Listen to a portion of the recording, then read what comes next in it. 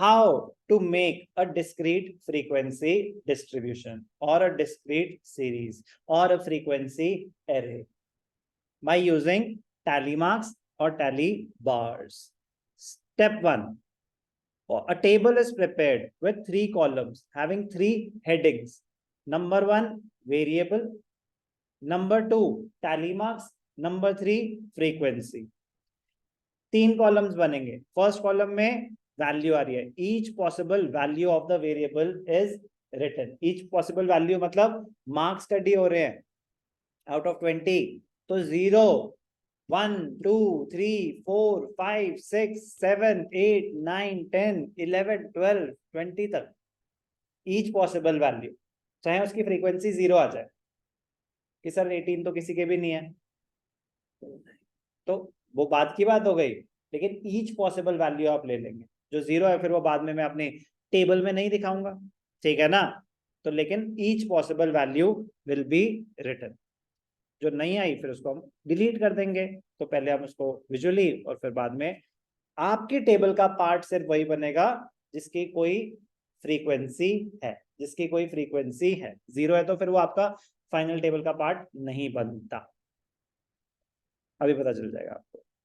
In the second column, a tally mark is denoted by a bar for every observation against its corresponding value after a particular value has occurred 4 times. 1, 2, 3, 4. अब उसके बाद आप ऐसे करें या आप ऐसे करें या आप ऐसे करें, वो आपकी मर्जी है. Different authors, different sign, different style. कुछ बस बीच में से आधा, कुछ नीचे से ऊपर, कुछ ऊपर से नीचे, उससे फर्क नहीं पड़ता. But 4 and a strike matlab it represents the value has occurred 5 times. A particular value has occurred 4 times. For the 5th occurrence we put a cross tally mark cutting the first 4. ठीक है जी. For the 6th item फिर उसके बाद फिर एक नया सिलसिला शुरू हो जाता है. पता है ना ये सब. मुझे बताना, मैं ये अज्यूम नहीं कर सकता ना. मैं अज्यूम नहीं कर सकता कि पता, तो मुझे एक बार ही बोलना पड़ेगा. I know it is like again मैंने खुद बोला नर्सरी प्रेप की बातें कर रहे हैं, बचपन की. लेकिन डेफिनेशन नहीं लिख पाओगे आप, ठीक है ना. तो ये चीजें बहुत ऑब्वियस हैं बट ठीक है. एक बार फॉर द 6th, ठीक है जी. इन 3rd, okay. Tally marks important है theoretical point of view से. The method of tally marks is used to count the number of observations. Purpose क्या है? To calculate the frequency. To calculate the frequency. To prepare discrete frequency distribution. Purpose of using tally marks. अब जैसे ये marks है 20, 15, 15, 10, 10, 10. अब जो भी यहाँ पे values, every possible value, every possible value. तो एवरी पॉसिबल वैल्यू क्या हो गई अपने 10 हो गए. फर्स्ट कॉलम 3 कॉलम है, मार्क्स, टैली मार्क्स, फ्रीक्वेंसी. तो पॉसिबल वैल्यूज क्या है 20, 15, 10, 25, 20, 15, 10, 20. यही पॉसिबल वैल्यूज हो गई. अब इनको ऑर्डर में ले लिया 10, 15, 20, 25. अब एक एक करके कि जी 20, जैसे यहाँ पे आपने 20 देखा तो यहाँ पे आपने एक बार बना दिया.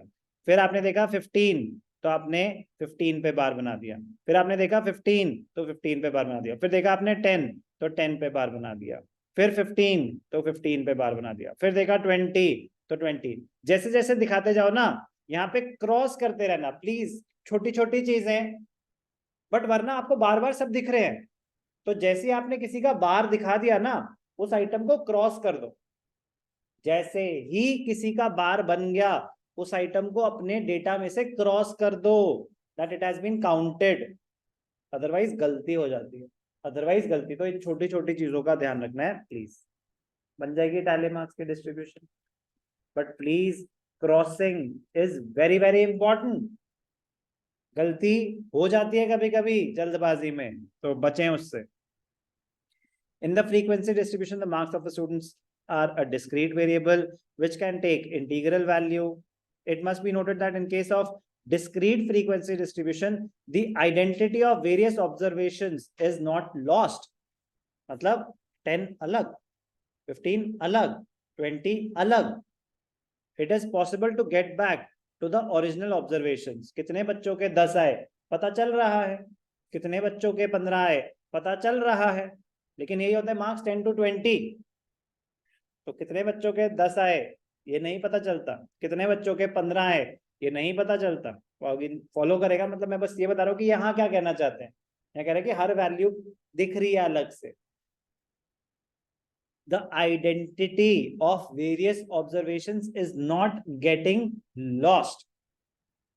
पता चल रहा है कि आपके कितने हैं, अगर उस कैटेगरी में तो 10 हैं, लेकिन अगर मैं बोलूं कि जैसे फॉर एग्जांपल 90 to 95 कितने बच्चों के आए, तो अगर आपके 92 हैं तो भी आप उस कैटेगरी में हो, अगर आपके 90 हैं तो भी आप उस कैटेगरी में हो, 91, 92, 93, 90 आप उसी कैटेगरी में हो, तो your individual identity is lost in a continuous series, in a discrete. तो ये ना ऐसे असर्शन रीजनिंग में ट्रिकी क्वेश्चन बन जाते हैं। Individual identity is lost in this type of series, individual identity is not lost in this type of series. तो not lost in a discrete frequency distribution. Individual तो definitely not, individual तो है ही सारा individual. Discrete में ऐसा doubt आता ना कि नहीं सर हो गया ना कि जिसके 10 थे वो सब वहां आ गए, तो इंडिविजुअली थोड़ी ना आ रहे हैं। नहीं बेटा, ये तो बड़ा क्लियरली पता चल रहा है कि आपके है कितने, 10 ही हैं, तो individual identity is not getting lost. तो क्या है ये, frequency distribution, discrete frequency distribution. ये relative frequency distribution when actual frequencies are expressed as a percentage. अलग से पढ़ लेते हैं इसको।